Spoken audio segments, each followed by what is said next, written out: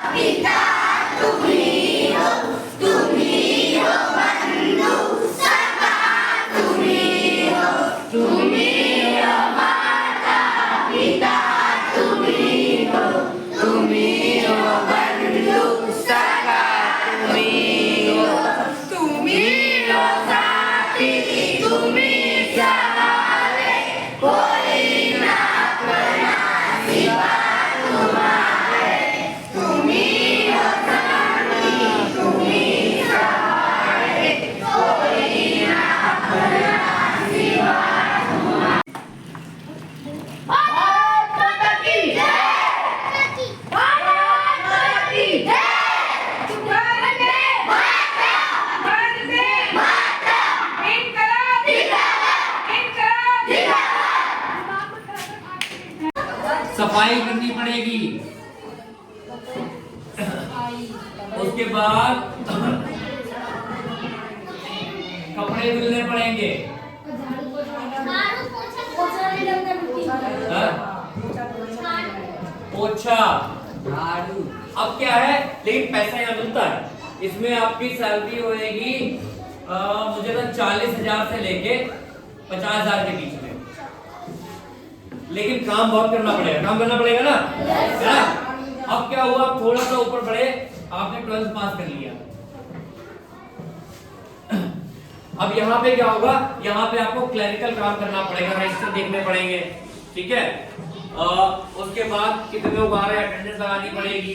उसके बाद क्या होगा, ये जो बंदे हैं ये एक्चुअल में इसको हम आदमी बोलते हैं, अभी गए थे ना, जो कि गन चलाते हैं। मेरे सामने ही गए थे भाई।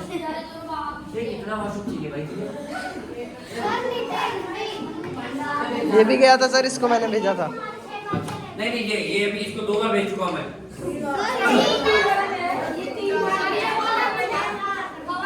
इसको भी भेजा है, बैठो। अरे नहीं सुनना, अगर नहीं सुनना तो मैं रोक देता हूं, मुझे कोई दिक्कत नहीं। तो अगर मान लो आपको लगता है आप पढ़ सकते हो, अच्छा कर सकते हो, तो थोड़ा सा और ऊपर बढ़ो। ये बंदे ऐसे हैं जो इसमें क्लर्क रहते हैं, इन्फेंट्री रहती है, आर्टिलरी रहती है, और ये लोग एक्चुअल में लड़ते हैं। इसमें क्या होता है, इनको सैनिक बोलते हैं। क्या बोलते हैं? सैनिक। तो अगर मान लो आप 12वीं पास करके आर्मी में जाते हो, आपकी सैलरी होगी 70,000 प्लस, ठीक है। लेकिन ये 24 घंटे ड्यूटी पे रहते हैं, हमेशा यूनिफॉर्म में रहते हैं। इनको 2 महीने की छुट्टी मिलती है, 2 महीना प्लस 1 महीना, यानी 1 साल में 90 दिन की छुट्टी होती है इनके पास, ठीक। अब आपको लगा नहीं इसमें मजा नहीं, कुछ हम और ऊपर जाते हैं। उसके बाद क्या है, अच्छा यहाँ से एक और एंट्री होती है एनडीए की। अगर आपने 12वीं पास कर लिया, आप अच्छे हो पढ़ाई में, अच्छे से पढ़ सकते हो, तो यहाँ पे एक बेल्ट खुलेगी एनडीए। एनडीए अगर आपने एग्जाम क्लियर कर लिया तो सरकार अपने पैसों से आपको ग्रेजुएशन कराएगी। ये 3 साल का है। अब क्या है, अगर यहां तक अच्छे से पढ़ाई की, कुछ कह रहा था। हाँ, जो आर्मी में जाना चाहता है, अगर यहाँ से आपने अच्छे से पढ़ाई करते हुए गए और 12th में एनडीए पास हो गए तो अच्छी बात है। नहीं तो अब इसमें जाओगे, जिंदगी आसान नहीं होगी, है ना। गोली चला रहे होगे, आपको ऑर्डर्स लेने पड़ेंगे, है ना। कोई बंदा आएगा आपको ऑर्डर्स देगा। अब क्या होगा, 3 साल के बाद आप आर्मी में जाते हो तो यहाँ पे आते हैं ऑफिसर्स। ये इनकी ट्रेनिंग यहाँ पे होती है 2 साल की। अगर यहां से आप जाओगे तो 3 साल एनडीए में आपको ये पढ़ाएंगे, यहां से टोटल 5 साल में आप यहां पहुंचोगे। लेकिन यहां से जाने का मतलब है आपको यहीं से पैसा मिलना चाहिए, आप पढ़ भी रहे होगे, आपको पैसा भी मिल रहा होगा, ठीक है। अब क्या होता है, ये जो ऑफिसर्स होते हैं, ये ऑफिसर्स इन सबको कमांड करते हैं। इनका काम होता है डिसिप्लिन। ये ऐसे लगा लो, ये एक तरीके से हम जो भी पढ़ रहे थे ना, ये इंजीनियर्स हैं। इंजीनियर पढ़ रहा था, मकान बनने में क्या होता है, तो एक तरीके से इंजीनियर्स है। ये डिजाइन करते हैं कि किसको क्या क्या काम करना है। कहीं पे अगर लड़ाई होएगी तो ये ऑर्डर्स देते हैं, ये ऊपर से इनके पास आता है, ये ऑर्डर्स देते हैं। तो अगर मान लो अगर आप ये पहुंचते हो तो यहाँ पे जो आपकी सैलरी होएगी वो शुरुआत होगी 1.5 लाख से। प्लस, और जो हम लोग देखते हैं ना चीफ ऑफ आर्मी स्टाफ, जो हमारी आर्मी को हेड करते हैं, ये बंदा कभी हेड नहीं कर सकता। जो जिसने 10th पास किया आर्मी स्टाफ नहीं बनता है, 12th वाला नहीं बनता है, या तो एनडीए वाला ऊपर जाता है और या फिर ये बंदा ऊपर जाता है। और इसमें भी जितने आप चैलेंजेस लोगे, अगर कोई बंदा इसमें नॉर्मल एडमिन में है वो नहीं जाएगा। जो बंदा एक्चुअल, बेटा हाथ नीचे क्लास में हो, जो बच्चा जो एक्चुअल में फाइट करता है, जो गन्स, आर्टिलरी, मशीन गन जो चलाता है, वो ग्राउंड में लड़ाई करता है, वो बंदा हेड बनता है। तो यानी अगर आर्मी में जाना है, अगर काबिलियत है, तो मैं चाहूंगा 12th के एनडीए में जाओ। अगर काबिलियत नहीं है तो इधर घुस सकते हो।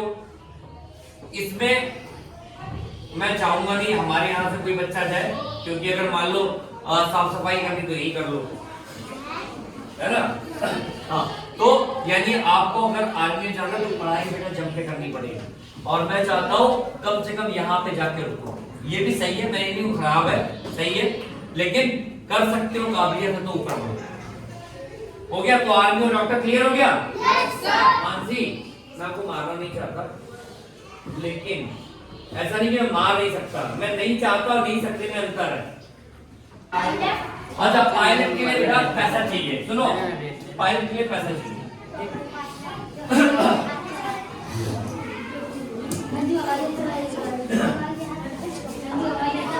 देखो, ये रास्ता ये हमारी जिंदगी चल रही इस लाइन पे, है ना।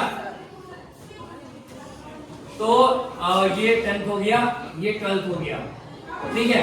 पायलट के लिए एक टेस्ट होता है, पीएबीटी टेस्ट। तो ये टेस्ट क्या है? ये टेस्ट आप जिंदगी में एक ही बार दे पाते हो, और अगर आपने पास कर लिया तभी आप पायलट बन सकते हो, तो आप नहीं करोगे। लेकिन ये पायलट बनने का मतलब है बहुत महंगा है। मैं 2 ऐसे लोगों को जानता हूं जिन्होंने पहले ऐसे केबिन क्रू ज्वाइन किया, पैसा बचाया, पैसा बचा के अपने पायलट की फीस खुद दी। अगर आप इंडिया में पायलट का लाइसेंस लेने जाते हो तो मुझे लगता है 70 लाख रुपए। ये 12th के बाद आप पायलट बन सकते हो, लेकिन 70 लाख रुपए चाहिए, ठीक है। अगर आप इंडिया से बाहर जाके करते हो, चाइना ये देता है 20 लाख रुपए में।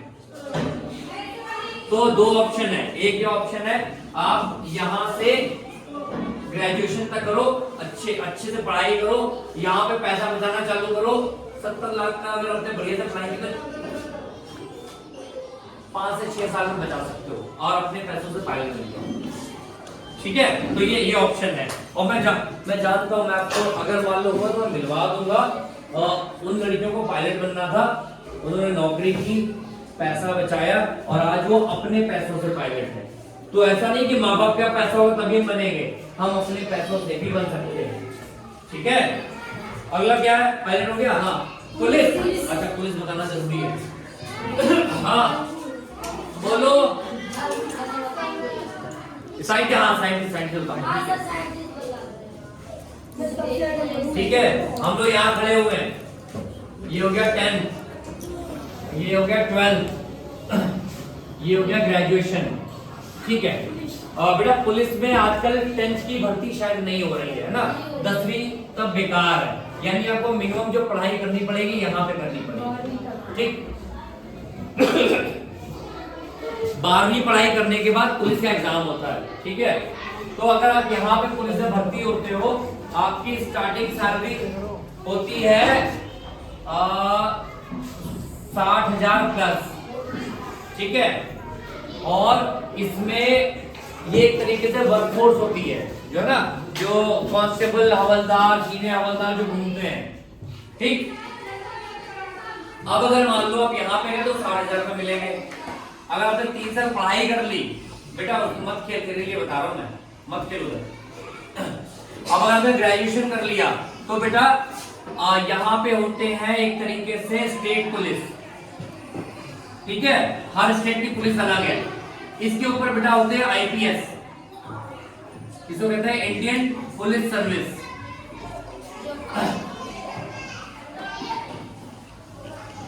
ये जो लोग होते हैं ये ग्रेजुएशन करके निकलते हैं, ट्रेनिंग इनकी भी पुलिस वालों की तरह होती है, लेकिन इनके पास पावर ज्यादा होती है। इनके पास इतनी पावर होती है, जो यहाँ का जो एसपी है, मतलब यहाँ इसी से एसपी बनते हैं। एक एसपी पूरे डिस्ट्रिक्ट की पुलिस को कंट्रोल करता है। डिस्ट्रिक्ट में एक ही एसपी होता है ना, सुपरिटेंडेंट ऑफ पुलिस। तो अगर आपने 3 साल और मेहनत की और पढ़ाई की, इसमें एग्जाम टफ होता है, यूपीएससी का एग्जाम होता है, लोग 4-4 5-5 साल एग्जाम देते रहते हैं, ठीक है। तो अगर यहाँ से अच्छे से पढ़ते हुए जाओगे तो बेटा यहाँ पे बैठा हुआ जो बच्चा पुलिस में जाना चाहता है वो आईपीएस बन सकता है। यहाँ पे इनिशियल सैलरी 2 लाख प्लस।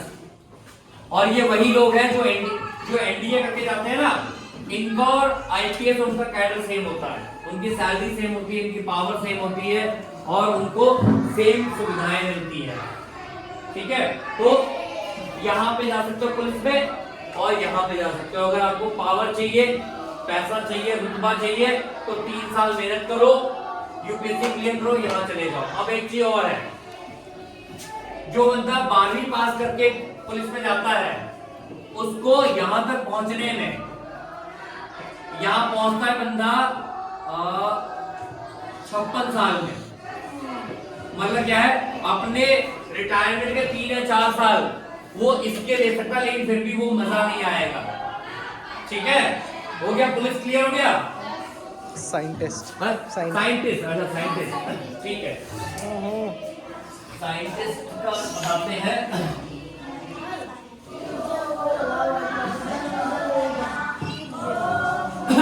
बेटा साइंटिस्ट का मतलब है इंजीनियर। साइंटिस्ट एक तरीके से इंजीनियर होते हैं, ठीक है। यहां से शुरू करेंगे, 10th करना पड़ेगा आपको, 12th करना पड़ेगा और 4 साल इंजीनियर। अब बेटा क्या है, अगर आपने यहाँ पे अच्छे से मेहनत की और यहाँ पे जो एग्जाम होता है नेट का होता है, नीट तो डॉक्टर का होता है। नहीं हो गया। अब अगर आपकी इस एग्जाम में ये 4 साल का कोर्स है और 4 साल में कहां से आप कर रहे हो उसके हिसाब से पैसा खर्च होता है। तो अगर ये एग्जाम अच्छे से किया तो ये पास हो जाएगा। आप पास हो गए कि जिस कॉलेज में जाओगे या तो गवर्नमेंट कॉलेज मिलेगा, कभी कभी गवर्नमेंट भी पैसा देती है। जो बच्चे अच्छा पढ़ते हैं गवर्नमेंट कहते हैं अच्छा इनकी फीस माफ, इसको कहते हैं। आज मैं काफी दिन के बाद आप लोगों के बीच में आया हूँ बोलने के लिए। तो गला खराब था, मौसम हमारे ऊपर हावी हो रहा था और मैं उससे टक्कर नहीं ले पा रहा, लेकिन आज आपको जानकर खुशी है, थोड़ा गला भी ठीक है और साथ साथ आज गुरु रविदास जयंती है। कितने लोग जानते हैं रविदास जी को? कितने लोग जानते हैं? देखो रविदास जी का जन्म दो मतों में है। कुछ लोग कह रहे हैं 1977 में, 1377 को हुआ है, कुछ लोग कह रहे हैं 1399 में हुआ है।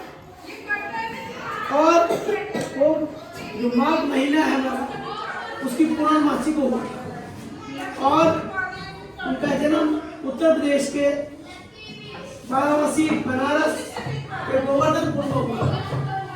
और वो बहुत ही, उनके पिता बहुत गरीब थे और शू मेकिंग का काम करते थे, जैसे जूते वगैरह संभालने का काम करते थे। उनके जो पुत्र थे रविदास जी, ये धर्म ग्रंथों की तरफ लगे रहते थे। वो रविदास जी को भी मानते थे, रहीम को भी मानते थे, सूरदास जी को भी मानते थे, बहुत सारे संतों को भी मानते थे। और उन्होंने उनको सिख लोग भी मानते थे, इनको सिख शिरोमणि की उपाधि भी दी है। और साथ साथ उन्होंने बताया कि सभी धर्मों को मानना चाहिए, चाहे वो हिंदू हो, सिख हो, ईसाई हो, कोई सभी धर्मों को मानना चाहिए और अपने काम के प्रति लोगों को सजग रहना चाहिए, ठीक है ना। तो आप लोगों का काम क्या है? पढ़ना, ठीक है। इस समय आपका काम क्या है? पढ़ना। पढ़ने के बाद जब आप लोग बड़े हो जाओगे तो आपको क्या करना है? नौकरी करना है।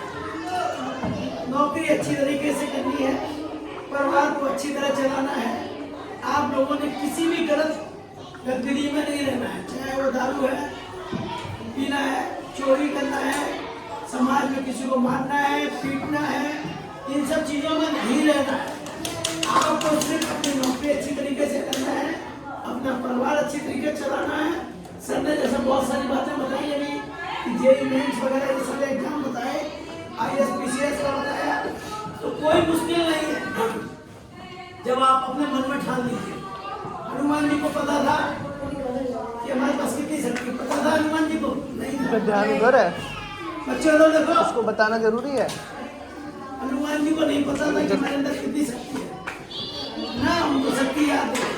बजाओ ताली, और बजवाओ ताली। उनको जामन जी और सब लोगों ने याद दिलाया कि आप उड़ भी सकते हो, जा सकते हो, वो सब भूले बैठे थे, जबकि वो एक बार उड़ चुके थे ना। शायद में इंद्र ने उनको उड़ने की शक्ति दी थी, और एक बार उन्होंने सूरज को अपने पल में खा दिया, ठीक है, उड़ने की शक्ति थी। लेकिन उस समय उनको याद दिलाया कि आप जाओ, कहाँ पे जाओ, लंका जाओ, तो जाके सीता का पता करो।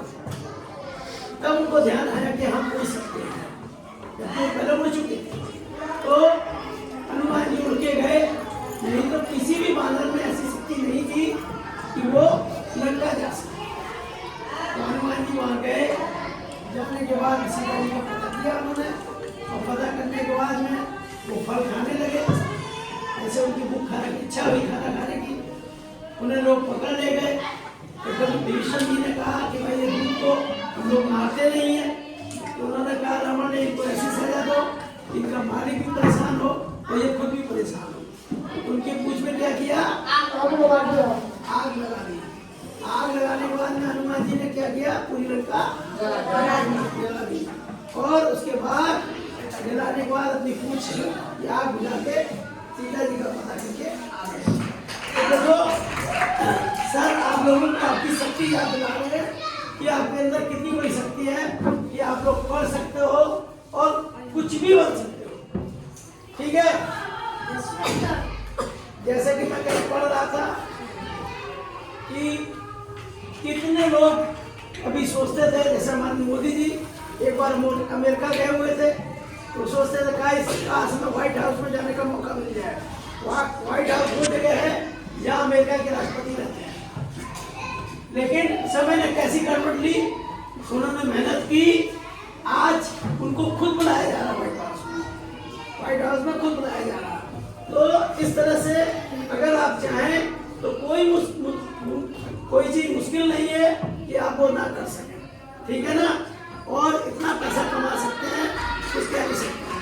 अगर आपने मेहनत नहीं की तो आप जैसे मजदूर को आज एक दिन में कितना पैसे मिलते हैं? 500। मिस्त्री है 1000। मिस्त्री भी रोज काम नहीं होता, तो मजदूरों का रोज काम होता है। मिस्त्री का काम नहीं होता, मिस्त्री को नहीं लगाया जाता है, वो बेचारा घर में बैठा रहता है। घर में बैठा रहता है तो और गलत बातें करता है, कहीं खेल रहा होता है, कहीं कुछ और कर रहा होता है। अगर काम आपको डेली तब मिलेगा जब आप पढ़ोगे। आज बच्चों को बहुत पैसा मिल रहा है, बहुत पैसा मिल रहा है, नौकरियाँ करना बहुत पैसा मिल रहा है। कब मिल रहा है? जब वो पढ़ेंगे, ठीक है। तो आप लोग पढ़ो, सर इसी कोशिश में है कि आप पढ़ो और सारे बच्चे स्कूल में चले जाएं। सर यही हम लोग सोच रहे हैं। जय हिंद, जय भारत।